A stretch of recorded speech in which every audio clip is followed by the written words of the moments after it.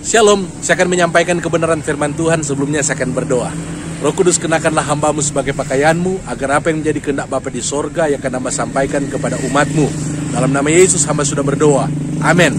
Firman Tuhan yang akan saya sampaikan terdapat di dalam Matius pasal yang ke-22 ayat yang ke-37 sampai dengan ayat yang ke-40. Firman Tuhan berkata, "Kasihlah Tuhan Allahmu dengan segenap hatimu, dengan segenap jiwamu, dan dengan segenap akal budimu. Itulah hukum yang terutama dan yang pertama. Dan hukum yang sama dengan itu adalah kasihlah sama manusia seperti dirimu sendiri." Kepada hukum inilah tergantung kitab Taurat dan kitab para nabi. Kebenaran firman Tuhan ini mengajarkan kepada kita bahwa yang terutama di dalam kehidupan ini yaitu kasih kepada Allah dan kasih kepada sesama. Ini merupakan landasan daripada setiap pelayanan daripada hamba-hamba Tuhan, umat Tuhan. Ini merupakan landasan daripada kita berhubungan juga dengan sesama umat Tuhan. Ini juga merupakan landasan dalam kita juga mengiring Tuhan di dalam kehidupan ini, yaitu kasih. Berbicara soal kasih, ini berbicara soal satu hal yang fundamental dalam kehidupan kita orang percaya. Karena tanpa kasih tidak mungkin kita bisa berkenan kepada Allah. Tanpa kasih tidak mungkin kita bisa berkenan juga kepada sesama. Tanpa kasih tidak ada hal yang baik yang dapat kita lakukan. Tanpa kasih maka kehidupan kita itu akan menjadi sia-sia. Itu tidak akan ada artinya. Firman Allah berkata, yang ada di dalam kehidupan ini yaitu iman, pengharapan, dan kasih. Dan yang paling besar diantaranya ialah kasih. Karena kasih itu kekal sampai selama-lamanya. Allah itu juga adalah kasih. Jadi berbicara soal kasih, pastikanlah pada hari-hari ini kasih Allah itu yang menjadi landasan daripada pelayanan saya dan saudara. Bahwa kasih kepada Allah dan kasih kepada sesama itu juga landasan kita membangun hubungan dengan sesama kita. Itu juga menjadi landasan daripada setiap karunia-karunia yang kita lakukan. Itu merupakan landasan kita. Karena kasih Kristus itu adalah segala-galanya. Kalau kasih Kristus itu ada di dalam hati kita, maka saya percaya apa yang diperlukan untuk kita melayani, untuk kita menjadi berkat bagi sesama, bahkan untuk kita menghadapi setiap tantangan, menghadapi setiap cobaan dalam kehidupan ini, menghadapi setiap serangan-serangan dari si iblis, serangan-serangan daripada orang-orang yang dikuasai oleh kebencian, oleh iri hati dan dengki.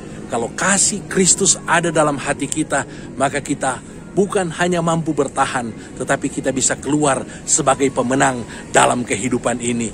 Dan kasih Kristus itu, firman Allah berkata dalam Roma pasal yang kelima, ayat yang kelima, bahwa kasih Allah itu telah dicurahkan di dalam hati kita oleh Roh Kudus.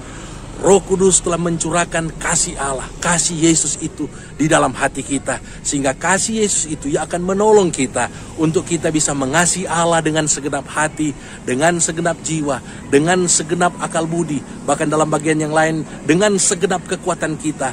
Dan kita dapat mengasihi sesama kita sama seperti diri kita sendiri. Berdasarkan kasih Kristus yang ada dalam hati kita. Untuk itu pada hari-hari ini, mari kita semakin merenungkan akan kasih Tuhan dalam kehidupan ini. Biar kasih Tuhan yang akan menguasai hati dan pikiran saudara. Sehingga kita akan dimampukan untuk mengasihi orang-orang yang membenci kita. Orang-orang yang iri dan dengki kepada kita. Kita tidak akan membalas kejahatan mereka dengan kejahatan. Tetapi kita akan membalas apa yang mereka lakukan terhadap kita dengan kasih Kristus. Mengasihi mereka, berdoa dan meminta berkat untuk mereka. Puji nama Tuhan. Dari daerah Bojongkoneng saya menyampaikan kebenaran firman Tuhan ini, dan saya berdoa agar saudara-saudara di hari-hari ini diberi kekuatan untuk terus mempraktekkan yang namanya kasih Kristus kepada sesama, siapapun dia, sekalipun dia mungkin menjengkelkan, dia telah berbuat hal yang tidak benar kepada kita, tapi ingat akan kasih Yesus, kasih yang sudah dinyatakan di Golgota 2000 tahun yang lalu. Dia mati, dia menanggung dosa umat manusia.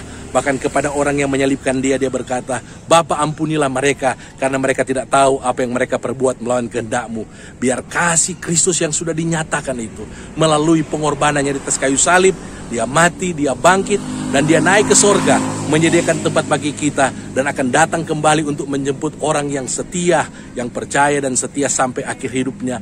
Biar kasih Kristus itu dia akan menguasai hati kita pada hari-hari ini, sehingga sekalipun kita masih mengalami penderitaan akibat COVID-19, iman kita tidak akan goyah, iman kita tidak akan runtuh, melainkan kita akan semakin membara dalam mengiring Tuhan, semakin semangat melayani Tuhan, menjadi berkat, menjadi kesaksian. Karena saya percaya inilah kesempatan yang Tuhan berikan kepada kita untuk memberitakan kabar baik kepada segala bangsa melalui semua media yang ada, karena tidak lama lagi Tuhan Yesus akan datang pada kali yang kedua.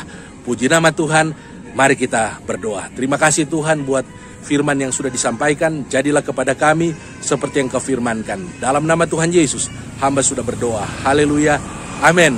Puji nama Tuhan. Dan bagi saudara yang sudah diberkati, silakan like dan share dan subscribe channel YouTube saya ini, Simpson Pio Ministry. Dan saya mendorong saudara untuk jangan putus asa, jangan mundur, tetap menjadi berkat, menjadi kesaksian pada hari-hari ini, sehingga nama Tuhan dipermuliakan melalui kehidupan saya dan saudara. Tuhan Yesus kiranya memberkati. Shalom.